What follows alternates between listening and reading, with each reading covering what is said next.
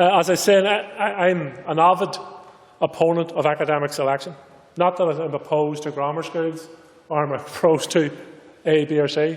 I'm opposed to academic selection because there is no evidence to support academic selection as giving added value to your education system.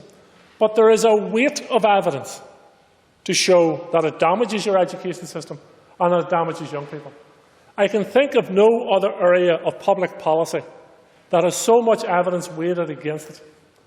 In any other circumstances, our media would be lambasting us on a daily basis for continuing to use academic selection. But apart from a few, for whatever reason, and I have reasons of my own why they do it, our media supports academic selection on the basis it has parental support. Well, smoking in bars used to have support. Driving without seatbelts used to have very popular support. There are people out there who will tell you that COVID-19 doesn't exist.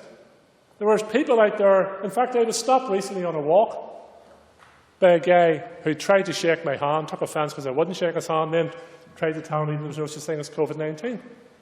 So there's opinions about everything, but there's evidence and then there's opinions.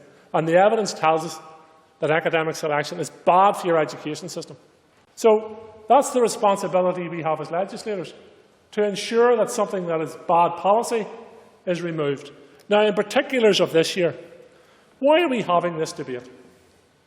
We're having this debate because two private companies are supplying our schools, our publicly funded schools, with tests.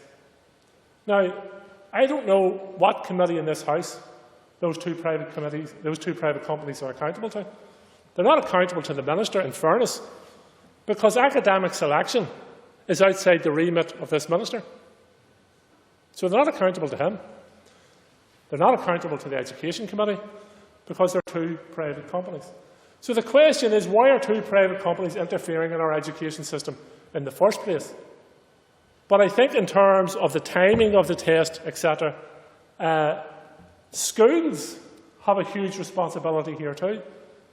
There has been schools that have led by example, and there are schools that have stepped forward and said we won't be carrying out academic selection this year, and I hope that continues. But there's no reason why all schools shouldn't step forward and say we will not be carrying out academic selection this year.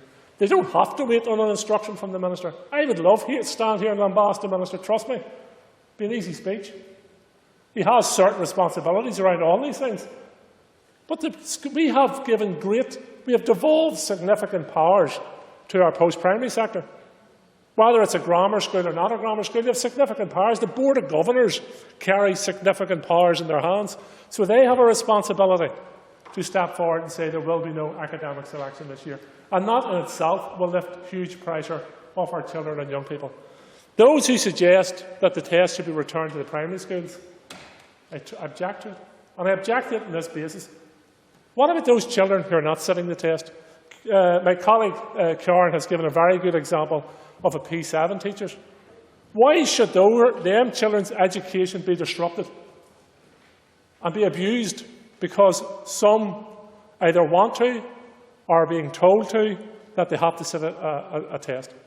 Totally unfair and totally unwrong. And in fact, this entire debate, not singularly this debate in this chamber, but the debate about the test, has been about a section of our education system and a section of our pupils. And that's what's wrong with academic selection. Because when you have academic selection, the focus of the whole machine turns towards those who are doing the test, and they leave people behind. So if you want evidence of what's wrong with academic selection, listen to the debate of this last few weeks and few months, because it's about the few and not the many. And our education system has to be about all our children. Thank you.